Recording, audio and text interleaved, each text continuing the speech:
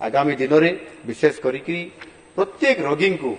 ता अंचल सेवा पहुंचाई देवाई जेभली भाव में आम आयुष्मान आरोग्य मंदिर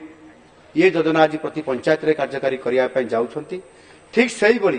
प्रत्येक जिले में मेडिकल कॉलेज प्रतिष्ठा हो से आम सरकार स्वतंत्रता दौरान एवं से आज ये घोषणा करने चाहे आम सबु जिले में मेडिकल कॉलेज करने जो आम चिंताधारा एवं आरंभ हो आधार कर चलित वर्ष आर्थिक वर्ष में आम योजना रखीचु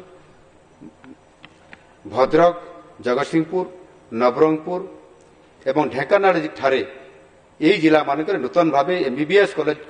खूब शीघ्र चलित वर्ष खोल एवं ताहा सहित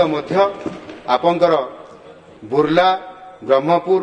केन्दुझर और बलांगीर ठारे नूतन भाव डेंटाल कॉलेज खूब शीघ्र चलित वर्ष ये आर्थिक वर्ष में खोल